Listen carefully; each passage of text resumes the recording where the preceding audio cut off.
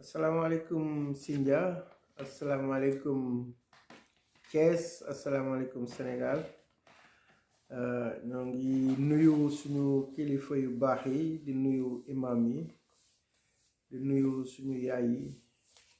di nuyu toute la jeunesse de Sindia. ñoo rek def benn jàngat bu ndaw rek ci seen chronique semaine comme dañ leen ko digoon. Ndax bu ñu xoolee naam sax jarul sax géopolitique u Sindia moom jarul sax jàngat ndax vraiment boo xool du sous-estimé du dara, mais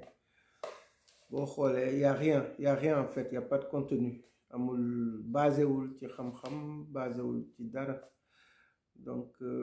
da ngay topp gars yi di xool souvent parce que c'est très normal nga ne man Sindia laa dëkk, voilà maa ngi def révolution pour que affaire yi changer. Donc mais ñi ma sekkal combat bi, ñi nga xamante ne ñu ngi ci opposition bi, foog ma topp leen déglu gëstu parce que mën na am affaire yu may échapper et tout ça, mais on dirait que voilà, y a rien, c'est toujours les mêmes chansons. Voilà, c'est vide en fait, c'est vide.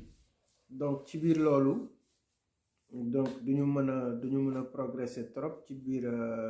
jàngat yi, waaye am nañu quelques réponses suñu war a indil population bi par rapport ak sortie Thierno Diagne bi mu mujjee def, bi nga xamante ni chaos total la, échec total boo xamante ni c'est même une honte pour la population de Sindia. Donc voilà, parce que quand je dis une honte, ki nga xam ne moom nga fal mu nekk yor sa image, nekk sa premier magistrat, kooku am na yenn yoo xamante ne bu koy def da ngay rus, parce que da ngay ne fan laa newoon ba faloon kii ci ñu jiite ma, fan laa nekkoon quoi. Loolu ngay wax, parce que vraiment ku koo xam ne moom la ñuy juger Sindia par rapport à son image, par rapport à sa communication, par rapport ak li muy def yëpp, bu fekkente ni vraiment kii la ñu faloon suñu commune, lu ñu dal ci ñun la. Et encore de plus am na ñoo xamante ni ba tey ji ñu ngi continuer di def les mêmes bêtises. Ma grande surprise nag, sama benn xarit la, voilà, qu'ils ont investi comme candidat à Kignanbour. Donc je vais pas citer son nom, tout simplement parce que j'ai un grand respect pour lui. Et donc jusque-là, il a posé des questions, mais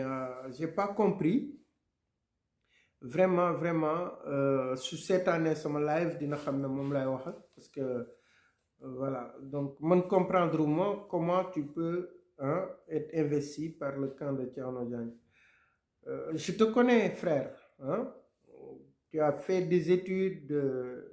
tu es actuellement quelqu'un qui est censé vraiment encadrer des enseignants, même pas nga jàngale mais nga encadrer ay enseignants. Donc comment tu peux te faire avoir?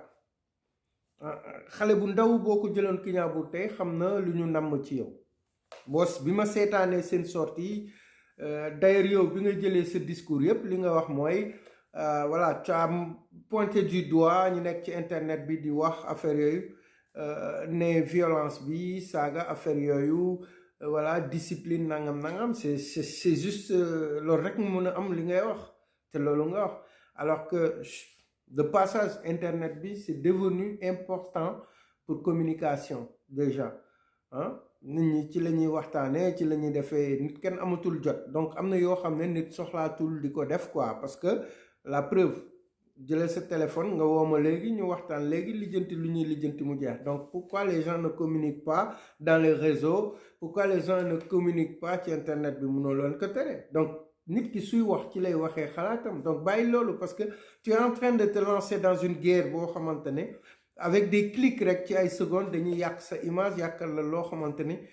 surtout ñi nga àndal. Man su ma doon yow ma ànd ak camp Thierno Diagne, Benno Bokk Yaakaar, vraiment du ma attaquer kenn du ma songu combat donc mène ton combat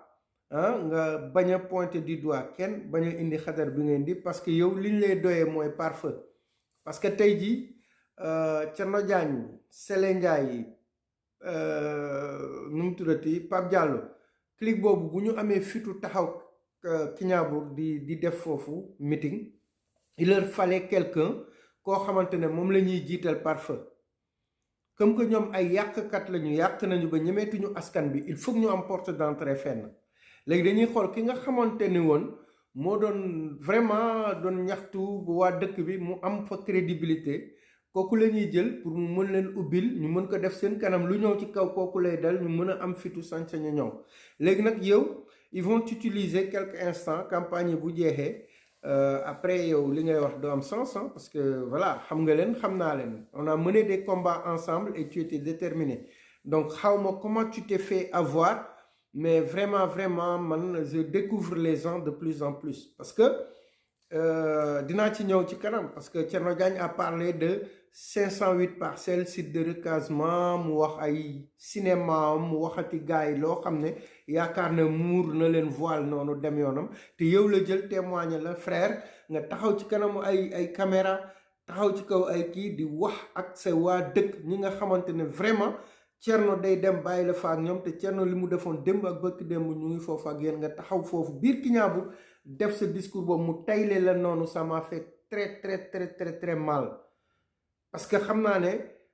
yow xalaatkat nga woon peut-être que li gars yi di wax dëgg la ñoom dañuy sëriñtu nit ñi ba ñu ànd ak ñoom kenn du xam nangam mais yow bi ma xam et que je défie quiconque mu jël sama vidéo mu denc ko yow doo yàgg ak gars yooyu parce que ni ma la xamee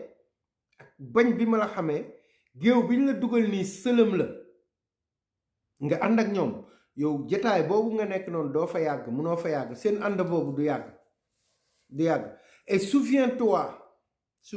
surtout gars yooyu bi ngay xeex contre ñoom mu metti lool lan moo xewoon tey yow la ñuy tayle ci kanamu Kignaabour et puis ils sont très forts ñu tayle la ci say kanamu frère ak say mbokk sa biir dëkk di am yu ñuy junju ci say moromu frère yi nga xamante ne ñoom nga daan contre maanaam ñu ngi lay wax ne yow bi ñuy sànni xeer bi ñuy wax ne def nañ lii ak lii gaa yooyu la woon parce que tey ñooñu ànduñoo ak ñoom xam nga il faut oser dire les choses telles qu'elles sont voilà telles qu'elles sont il faut le dire parce que Thierno Diagne su waxee ne calcul boobu mu wax ci autoroute bi su ko waxee Moussa Ciss lay pointer du doigt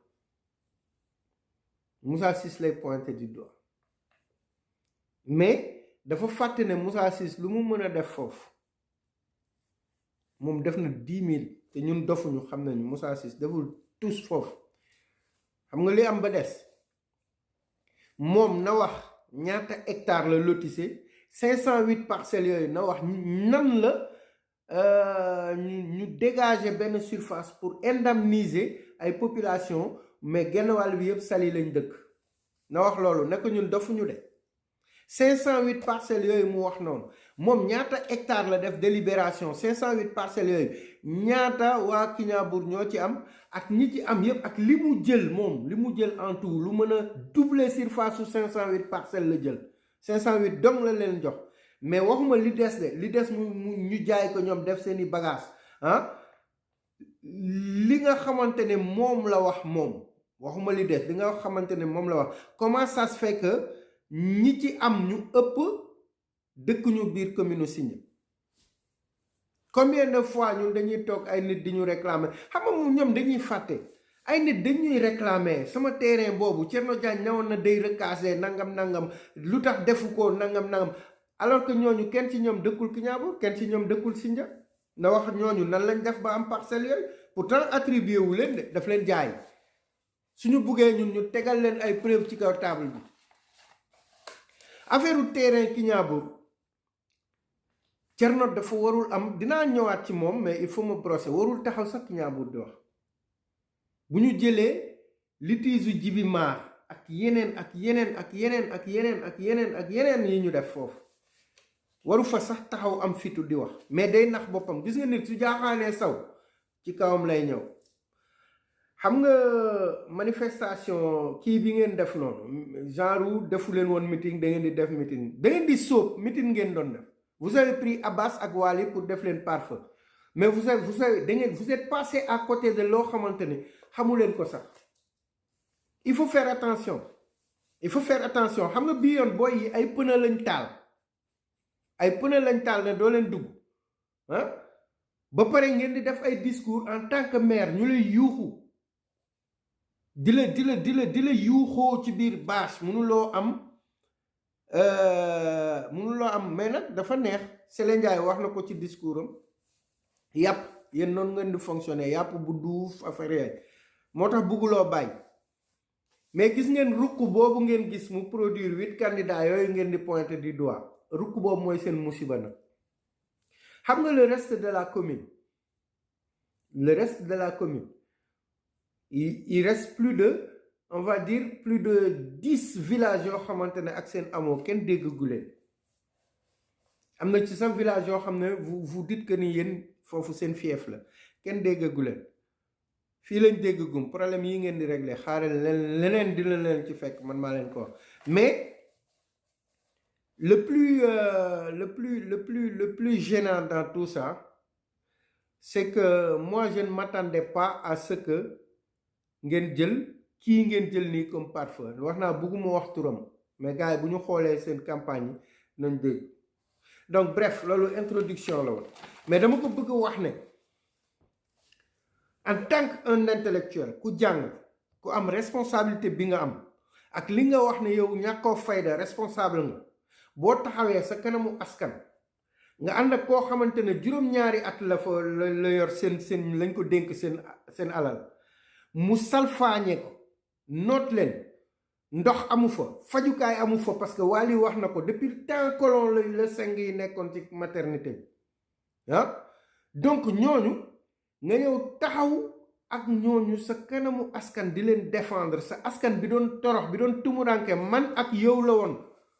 minuit bi nga may woo di filmer di ma yónnee film ne ma xoolal nga nekk ci saretu mbaam di dóor mbaam bi acca di uti ndox minuit nga ma yónnee woon vidéo yi ma publier ko def live ak yeneen tey yow yaay jël micro di défendre ñooñu non man defe naa dañ la liggéeya frère xoolaatal sa bopp. Man damay faral di wax nañuy fàttaliku askan bi dafa am ay néew ji doole dafa am ñoo xamante ne tey amuñu possibilité ñëw sax di wax ak nit mu faale leen te pourtant ci askan bi lañ bokk ñooñu il faut mu am ñu leen di représenter di leen kaasal seen droit. jàppal ni donte benn nit la sax boo convaincre pour Thierno Diagne nga yokk ko ci mbooloom loolu noonu lu lay topp la à vie. Parce que yaa ngi def loo xamante ne peut-être politique la ah peut-être teyuloo ko mais waroon nga xoolaat démb nga xam ne nit ki mënul changer. Il ne peut pas changer. C'est impossible parce qu'il est incapable. Amul bu waxee sax nga xeeb ko amul xam-xam képp kuy taxaw di wax yow sa ñu fal la maire nga nekk maire am compétence yi ñu la jox yépp nga nekk ci kanamu askan bi nga taxaw nga ni Azirut xawma W xawma lan aire de repos bi nga ne loolu ñoom dañuy agir comme état ci sa yow ci sa commune yow entreprise étrangère buy ñëw di kii nga ne loolu day agir comme état la sa biir dëkk loolu am ay problème bu ñu tëj say doomu dëkk ñun xam nañu sa taxawaay par rapport ak loolu nga ñëw taxaw ne loolu état la ngeen ne kooku war nañ ko mën a dénk dëkk koo xamante ne xamul ne entreprise bu ñëwee sa dëkk li ko warloo ak yow xamu ko lan la entreprise bi war a taxawee xamu ko xamul ni mu ko war a saytoo kon kooku nan lay calculer impôt yi entreprise bi war a fay annuellement ak moom kon kooku xamu ko moom moo ko wax dem leen seetaan nee na moom munul dara ci Azirut munul dara ci nangam autoroute bi nangam xanaa dangay fàtte ne autoroute bi jaarul si njëkkase jaar na ci yeneen commune ak yeneen commune pourquoi yow yaa am problème yi aire de repos bu ñu ñëw implanté ko sa biir dëkk nga ne kooku day agir comme état mënuloo ko dara kon de du la fay impôt bu dee bu nangoo suufu jàmbur wala mu def kii yow maire mi représenté bi nga xam ne yow kese yaa waroon taxaw jiite waa dëkk bi kaas seeni droit ñaxtul leen seeni ak yelleef nga ne kooku mënuloo ci moom dara kon kooku du fay dara bàyyi di wax waxu terrain Thierno Diagne dama la ko ñaan ngir yàlla ak yonent bi parce que fi ngeen di orienté débat politique bi ci terrain bi ngeen koy débat orienté noonu arrangé wu leen parce que violence donc lay indi ñi nga àndal noonu di leen pointé doigt dañ la laaj 300 et quelques millions yoo xamante ne encaissé nga ko ba tey waxoo askan bi fan waxoo askan bi fi nga ko dugal kon yow tey may nañ la ndam mais ndam boobu mooy sa musiba parce que di nga taxaw nga ne taxaw nga Kiñaabur dem nga Kiñaabur wax nga foofu mais mooy sa musiba gis nga sa problème fi muy jógee du sax Kiñaabur sa problème gis nga foofu nga yaakaar ci àll boobu foofu nga yaakaar ne danga fay dugg nice foofu mooy nekk ci sa musiba te lii may wax xam nga waxoon naa leen ko avant yow tey yuuxoo rek nga am ak pono yu ñuy taal ci biir ay mbedd ne bul dugg Kiñaabur mais ñi lay jay di la wax naan loolu du dara ngeen di masque di fen seen bopp di jaaxaan di saw defe ne yéen a ngi saw yeneen fekk seen bopp ngeen di tooyal loolu moo leen di nax ba ngeen dugg seen musiba askan bi bëggatuñu leen il faut ngeen xam loolu askan bi bëggatuñu leen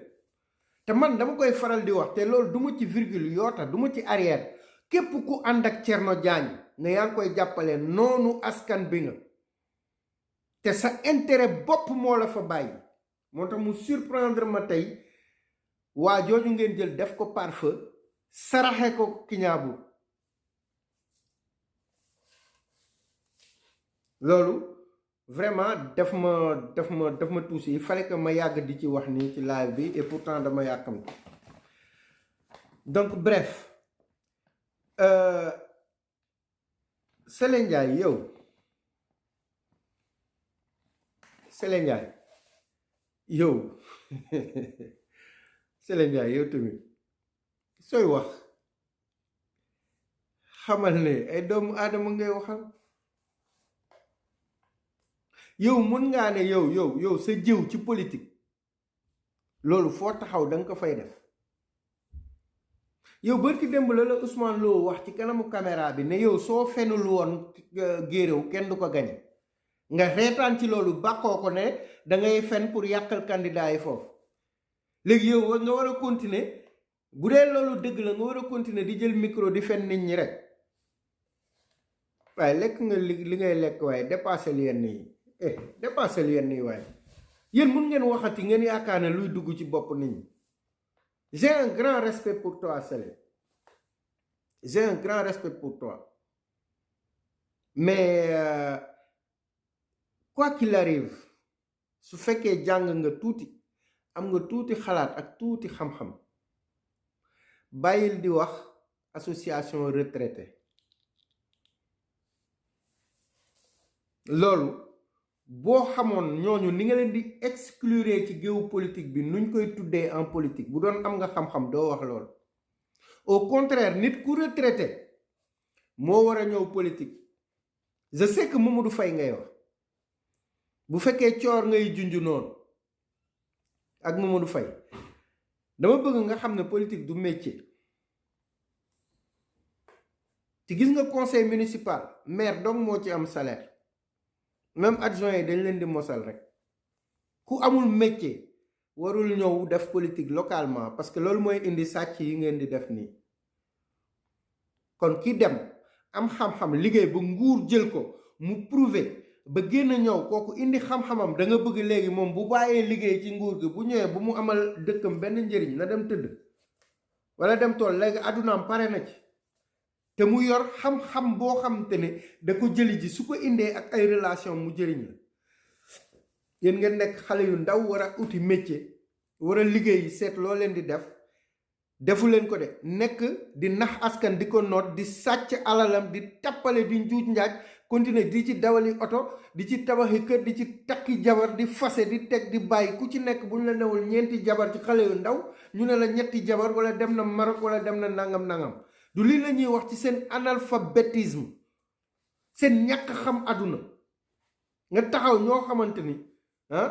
mot nañ la bàyyi nga naan leen association retraite yow réewuloo après nag da ngeen di wax nit ñi ne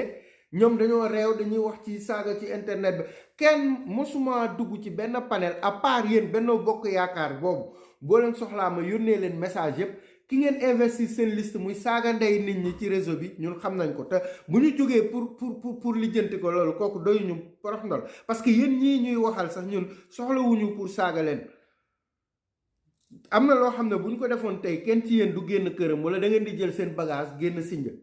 mais di toppatawuñu loolu Sindia ñu ñor loolu taxuñu jóg te képp ku ma déggal man ci opposition bi mosuma dal ci kenn kuy saaga kenn waaye nag saaga bokkul ci mbir mi violence bokkul ci mbir mi ni ngeen continuer nii def leen loolu ngeen dénoncer leen ba ñépp xam ne ñii ay noonu askan bi lañu ay njublang lañu ay tappalekat lañu kenn gisu leen woon campagne moo jot ñu bëgg a ñëw nax askan bi ku baax ku ñëw pour que askan bi fal la nga dem defal ko li mu bëgg ci commune am ñu yàq deru ko ci ay fen ak ay sos loolu lañ fi nekkee wax ngeen dëgg parce que yéen ñi ngeen cité parce que vous avez cité Macoumba vous avez cité Guillaume ak kan c'est plus Mamadou Faye wax ngeen dëgg xam nga laay kii bi ngeen def dafa garaaw loolu rek li tax ma taxaw ci seetlu dafa garaaw askan bi dañoo waroon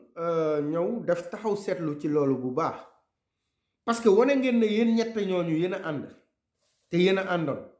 li ma ci surprendre tuuti mooy turu Guillaume bi ngeen ci dugal xaw ma nag ndax pour noggatu ko la wala pour lan la mais Guillaume boo leen ko laalee ngeen xam ne laal ngeen laalaake ñun ngeen fii fekk barki alxuraanul karim dama leen koy waatal ànduma ak Guillaume faruma ak moom mais am na loo xam ne boo leen ko taxawee ci booy boobu wallahi azim yéen di ngeen gis loo xam ne mosu leen ko gis lu leer laa leen di wax je prendrai entièrement ce combat je vais le défendre d'une manière féroce te yéen ñëpp li ngeen xam ak li ngeen xamul xam ngeen ne buñ fa eggee arrangé wu leen kon bàyyi leen jàmbur il a le droit c'est un candidat mu lutter pour nekk maire ngeen bàyyi ko génne ko ci seen loolu tappale beeg njuuj njaaj boobu parce que mosul falul seen biir askan bi ñoo koy tànn buñ koy tànn nañ ko bañee beneen critère nañ ko wax ne voilà kii nii ku nekk am nga droit choisir boo leen di wax kay da ngeen di wax ñi ngeen di doon bokkal di tappale di njuuj njaaj Mamadou Faye vous avez effectivement raison parce que Thierno Diagne dafa fen su waxee ne big ak kii mosul ñëw du Thierno Diagne sax yow kii yaa ko fa wax yow xaw ma Pape Diallo la xaw ma Sele Ndiaye ngeen ne mosul indi big mosul indi créam ni mu leen falee woon ci élection yële passé loolu lay defaat nii pour moom ci boppam mu falu voilà noonu la leen falee woon bu leen fàtte yéen a bokk camp ba léegi ñun xam nañ ne bu ku gañee ci yéen après yéenay ànd juboo dem loolu tax ngeen am fitu sita ko loolu moo tax ngeen am fitu sita ko mais nag problème bi mooy yéen boo leen amoon xel tey jii Babacar Gorkos su fekkoon seen deal leer na naññ ne Abbas buggu leen ko sacrifier Babacar Gorkos xam nga lotissement 508 hectares yooyu nga doon wax après Pape Diallo moo def lotissement Sindia Almadi ci ginnaaw njuuj njaaj yooyu fekk fa woon Gorkos kon Gorkos takkul nii nu il est jeune il est compétent comme buggu leen retraité kii xale bu ndaw la topp leen dégg lu ne wax nañ ko lu ne suba ba ngoon muy danti seen ginnaaw kon moom ngeen di investir mais boo leen demee jëli Abbas mi nga xam ne àndul woon ak yéen da leen doon classement ak moom ñoo doon ànd di waxtaan guddi di waxtaan bëccëg xañ leen jàmm kooku ngeen jël ko ñoo investir ko kon leneen ngeen ci jublu parce que Gorkos mën na li Abbas di def militant la te ci yéen la bokk lan moo tax ngeen bàyyi ko fa ne ko ñukk bàyyi fa keneen dem jëli Abbas dama ne woon duma ko tudd mais dama koy tudd parce que dafa ma metti trop je sens que j'ai perdu un combattant j'ai perdu un frère boo xamante ne pendant 7 ans dañ ko bokk di combattre ngeen ñëw xaw ma da ngeen ko liggéey xaw ma loo leen ko def jël ko ñëw mu ànd ak yéen incohérence bi mooy loolu xaw ma foo leen ko jaar de mais na leen leer ne Abbas moom doo leen yàgg yéen ci seen biir géew doo leen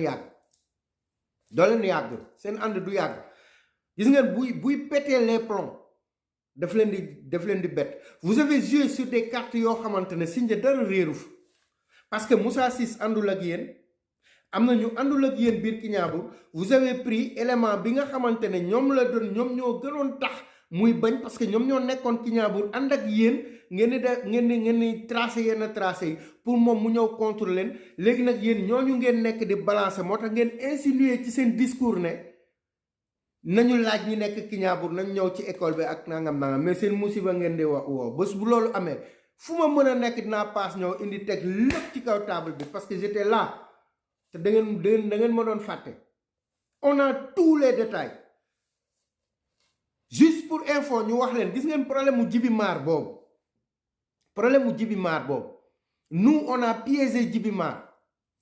pour ma jox leen intuition rek boo leen demee ngeen laaj Djiby Mar màggalu Touba bee passé ñi ko woon Sindia pour mu ñëw jaay leen 50 hectares fan la ñu bëggoon jaar ak jaay ak nan la ak nakal pour ngeen xam rek ki ma àndaloon di ko def mi ngi foofu Djiby Mar yónnee nañu ay éléments am ñu fekk suñu sali ci bureau ñu ne leen chinois moo soxla chinois moo wax ak ñoom di piéger pour xam ñaata ngeen ko jaay fan ngeen ko jaay ak loolu te projet Djiby Mar benn Kignaabour ngeen def réunion bi procès verbal bi da ngeen ko attribuer procès verbal bi date bi moo mujjee nan la doom di magee yaay borne yi biñ ko xoolee mu ngi tombé 6 heures Dakar ngeen ñëw attribuer biir Kignaabour te coow loolu dafa jeexagul li fi kiiwul Djiby Mar sax mën nañ ne ñàkk na parce que dafa fen dafa xam ne il avait une mairie incompétente fii xam na ne ñi mu yor mën na leen nax nangam mu ñëw wax ne dafa bëgg a def cimenterie yi wax fen comme d'habitude lu muy def ndax leen am yu mu leen dóor ci suufu table bi am yu mu leen jox affaire yooyu ñëw def après jeex na parce que nag population bi du ñu ay xar ñoo moom seen alal mais yeneen yi ma dul tudd parce que dossier yaa ngi tribunal yooyu du ma ko tudd yéen xam ngeen ne yàgg mais na gars yi yeewu quoi jëlee ko Kignaabour ba Guéréo nan la ay conseillers yoo xamante ne seen maam sax mosu fa am tool ñii 4 hectares ñii 5 hectares ba seen jabar yi di am ay 4 hectares ay nangam loolu nan la mën a nekkee wax ngeen dëgg Macoumba Faye warul wax Mamadou Faye warul wax ñun doo leen ñu tudd de moo tax dama bëgg opposition bi am fulla opposition bi il faut que ñu am fulla Thierno Diagne vous a défié aujourd'hui il vous a défié aujourd'hui parce que nee na su fekkee yéen wóolu ngeen seen bopp d'ailleurs sax presse bi foofu maa ngi leen di wax ne journaliste day am fulla ak fayda journaliste day am fulla ak fayda Thierno Diagne déjà entré am arrogance la duggee parce que il vous a mis def na leen loo xam ne tey man sax sama xol def si sot nit ki looy def demal nga jàng ci tuuti xam-xam si vous êtes des journalistes jox leen journalisme ak xam ngeen bàyyi ñàkk fayda commencé wu lu dul di ko médiatiser te def leen ko wax mu leer mu ne leen moom il ne court pas après la presse il ne dépend pas de la presse loolu wax bu xóot la je ne dépends pas de la presse donc il n'a pas besoin de la presse pourquoi ngeen di couvrir événement am pourquoi le mec il vous a ba pare bi muy daaneel waxam daf leen défier ne leen woo leen gars yi ñu ñëw toog ñun bi ñuy proposer loolu daf ñuy déglu parce que ñun bi ñuy proposer loolu yàgg na te du ci mucc billaahi bu jotee du ci mucc parce que askanu Sindia yépp dinañ xam ne woo nañ ko pour mu ñëw toog askanu Sindia yépp dañ ko xam dina ñëw toog candidat yi ku wóolu sa bopp nga ñëw toog ñu wax ñun ñoo ngi liggéey bu baax a baax ñoo ngi liggéey bu baax a baax ci loolu su ñëwul du jar dara Sindia te moom sax am na yoo xamante ne danga koy def après boo xoolee njaboot yi ak nit ñi da nga naan non naa bàyyi noonu mais moom am na loo xam ne foog ñu def ko am na loo xam ne am na manifestation bu ñu doon waajal pour def ko mais dafa am luñ ci doon bañ mais ni mu commencé nii ak fit bii mu am nii foog ñu def loolu génnee askanu Sindia yépp génnee les victimes de Thierno Diagne ñu ñëw ñi dëkk Sindia ñu dëkkul Sindia ñëpp ñëw la presse nationale et internationale ñëw ku nekk ñu jox la temps de parole nga wax gestion Thierno Diagne comme que nee na mën na def bilan nañ ci dem man dafa am nu ma doon seet te je vous dis bu leen neexee dem leen seen sëriñ ñi bu leen neexee dem leen fu leen neex dem leen plainte def leen lu leen neex maa ngi ñëw Sénégal te loolu man maa koy organiser je suis l'organisateur na xam leen ko làqatuwuma awma ci xaar ma yàlla yéen waru leen am campagne Sindia yéen waru leen fa campagne mais suñ leen bàyyee parce que y a la démocratie xam ne askan bi mooy tànn te askan bi ki muy tànn xam na ko ndax fi mu jaar ak yéen xam nga ngeen continuer ñëw di bëgg a jaay nit ñi affaire de nangam yéen war ngeen sax xalaat naan loolu da ngeen koy campagne wala nangam may wax sama grand Pape Diallo moom grand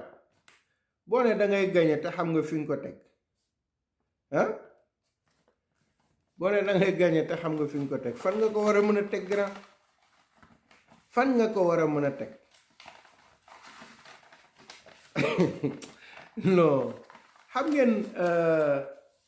ñii booy wax ci ñoom sax doo ko mën a teg ci xam-xam man li ma doon bëgg mooy ñu ñëw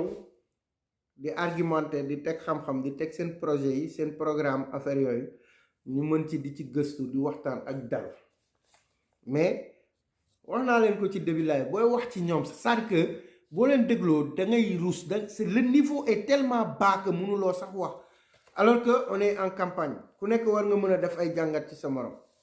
dem campagne Kignaabour ku mel ni Wally en tant qu'un enseignant téye micro ngeen woo Abbas en tant qu'un directeur mu ñëw taxaw benn programme waxu leen ko lu dul question réponse benn ñetti question réponse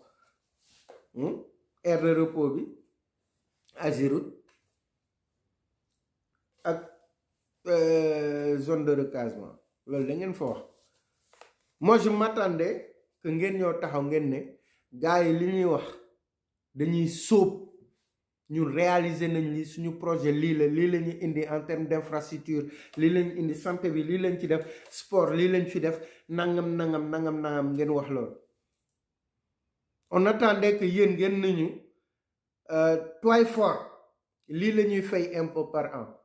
lii la embauché ci jeune lii la fay ci formation lii la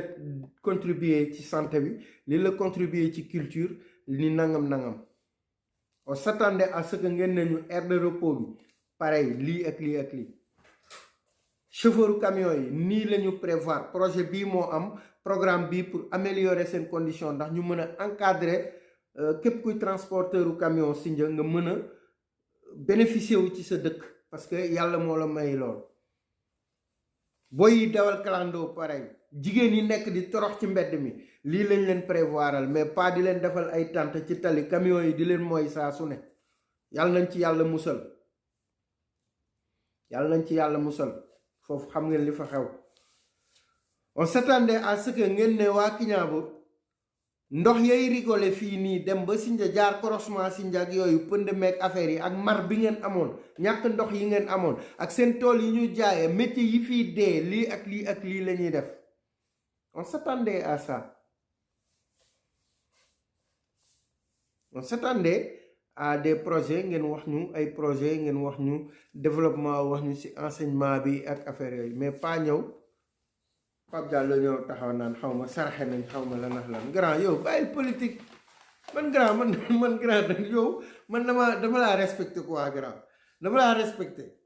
mais grand gis nga dafa am game yoo xam ne boo fay dugg amal xam-xam quoi loolu rek laa lay ñaan gis nga loo maîtriser wul surtout Sindia actuellement Sindia 2022 wallahi lazim na gars yi bind ñu tekk 2022 Sindia képp ku bokk ci conseil municipal u Sindia te amuloo xam-xam saraxe nga sa bopp loolu moom man dama leen koy wax quoi bàyyi leen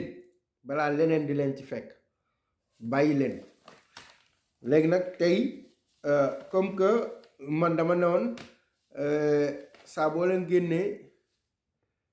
ci seen sortie yi dama siy def ay jàngat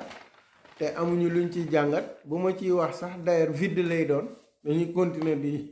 xam nga amul lenn loo leen fa wax lu am njëriñ lu dul jël ay doomu Kiñaabur utiliser leen contre waa Kiñaabur pour ñëw nax leen ñooñu it ñu nangu ñoo taxaw seen kanamu askan ba pare la fa waroon xew tey booy yi taal pneu bi bu ñu leen fekk ji woon ci bâche bi seen moromu waa Kiñaabur la ñuy xeexal foofu te lu koy waral yéen a ko waral te xam ngeen li ngeen leen def yeneen dëkk yi parey ba Tàngis ba Jilaax dem Ngëriñ dem Njorox fu ne dara ngeen bëgg gars yi voter leen mënul nekk kon sama gars yi live bi tey je suis désolé mais mënul woon am lu am impact parce que ñu foogoon ne dañuy kii liñ ci war a jàpp daal li am solo mooy la presse Thierno Diagne vous a défié li mu leen laaj organiser leen ko bu benn candidat ñëwul man ngeen wooma ma ñëw jàkkaarloo ak moom ñu def débat te ngeen bàyyi arrogance am vous êtes de la presse mais vous êtes aussi de Sindia am leen seen fulla ak fayda ab journaliste kenn du ko toroxal ab journaliste mosul nangu ñàkk fayda te lii mu commencé ni jikkoom la il est arrogant daf koy continuer di ko def ñi am fulla jëluñu parole foofu de ñi am fulla jëluñu parole foofu de ñoom Cheikh Jonn ak yenn gars yi duñ fa jël parole mais ñi nga xam ne ñoom ñooy bouquet mystère yi ñoom ñooy ñoo taxaw di jéem a am lu ñuy argumenté kon journalistes yi am leen fulla et que sama mbokk internet yi dinaa leen tegal quelques extraits de seen meeting boobu ngeen xool ñoom seen intervention yi ndax tey jàngat boobu mënoon na am contenu wala mënu ko am ngeen jugel seen bopp ngeen xam ne vraiment ñi xanaa nit ñi dem ba vraiment ñu liggéey ñëpp mënuñu dara pour ñu sànni leen carte mais mënuloo sax wax ci ñoom c'est-à-dire que nga argumenté sax ne ñii lii la ñu wax am na solo am na fulla sax amul te am na yoo xamante ne boo ko xóotalee sax ci jàngat ñoom seen génn ak parole yi ñu jël xëy na day indi ay problème ci diggante nit ak nit te ñun loolu du suñu objectif donc peut-être il se peut que fii ak 2 jours dinañ ñëw ci yeneen jàngat yu gën a xóot ci leneen mais ñi daal jaruñoo topp quoi donc di leen jaajëfal di leen wax ne bu kenn déconnecté wu ngeen déglu quelques extraits ci seen intervention yi ñu tegal leen ko ngeen xool ngeen jugel seen bopp jaa ngeen jëf di leen jox dig daje bu beneen yoon. candidat yi nekk ci Safel bari na ñu bari boo xamante ne bu fekkoonte ni rek gëm nañu suñu bopp gëm ne Safel lañu bu boobaa ngoon kii di dugg Safel di campagne ndax tey nag bu dee askan bi moo leen ñor juróom-ñetti candidat mënul juddoo Safel dañu naan nañ daje na mag ñi daan def kaay leen lan la ñu war a def ci dëkk bi kan la ñu war a defal kan la ñu war a waxal ñu ñëw nañ jël diw ñëpp topp ci ginnaawam ñuy dem mais bu fekkente ne dañu dem kenn ku nekk xëy sa bunti kër na man naa jox ñu jox ma maire bi man dama ne gàcce ngaalaama ak mag ñi fi nekkoon jox Ousmane Lo Touré jox Diana Diagne bu maire bi baaxee tey ba ku nekk di ko xëccoo dama yaakaar na mbon ñun am nañu ci responsabilité te liggéey nañu ndax nag yàpp lu mu duuf bu nëbee kenn du ko xëccoo yàpp lu mu duuf bu nëbee kenn du ko xëccoo ndax commune bi dafa am fu ñu fekkoon communauté rurale di kenn daan ñëwee ñu ngi def juróom-ñaari ak juróom-benni at. Nous sommes en politique dans fu ñu toll ci taataaru askan pour le 23 janvier 2027. te bu soobee yàlla man du ma des ginnaaw Sindia du des ginnaaw Kiñaabour waru des ginnaaw. et je vais gagner Inch'Allah.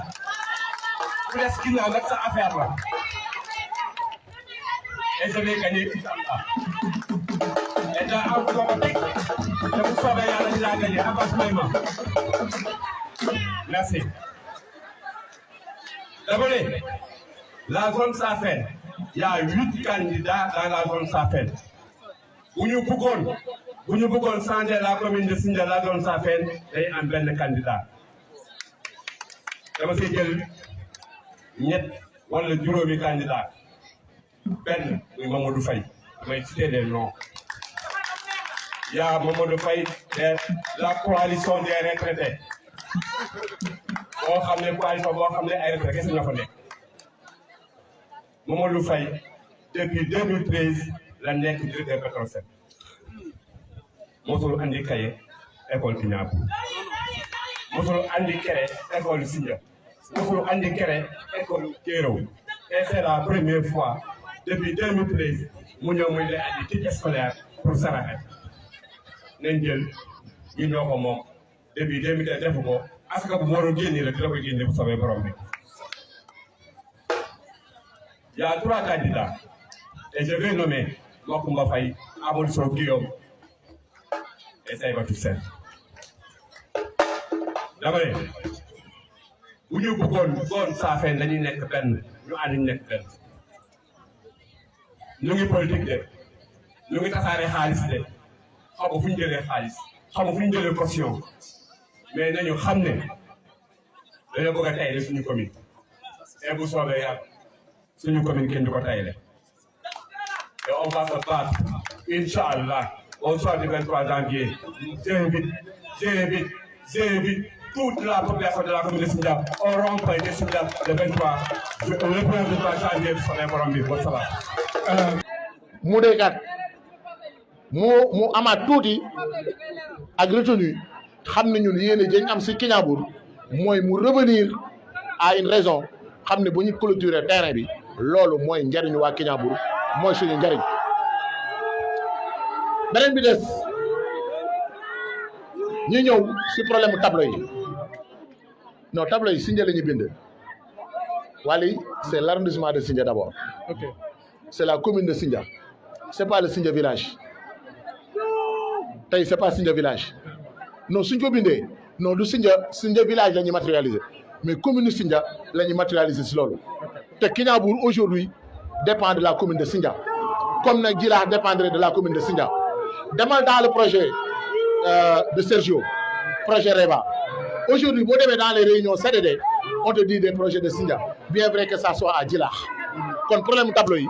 amuñu problème que ça soit Kiñaabour, que ça soit Sindia. ñun li ñu intéressé mooy aujourd'hui population bi li ñuy xaar si ñun loolu ñun ñu réussir ko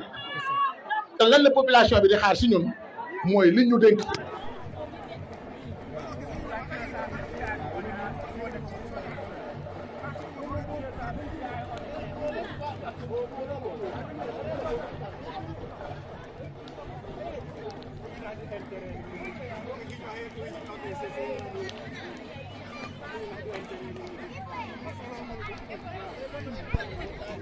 Zulaysar naka mu gaan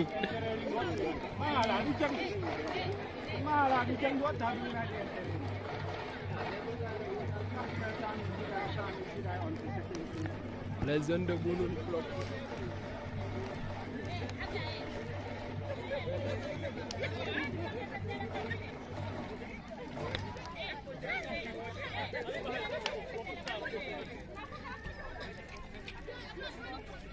Balang dan bakal hukum, botal vino.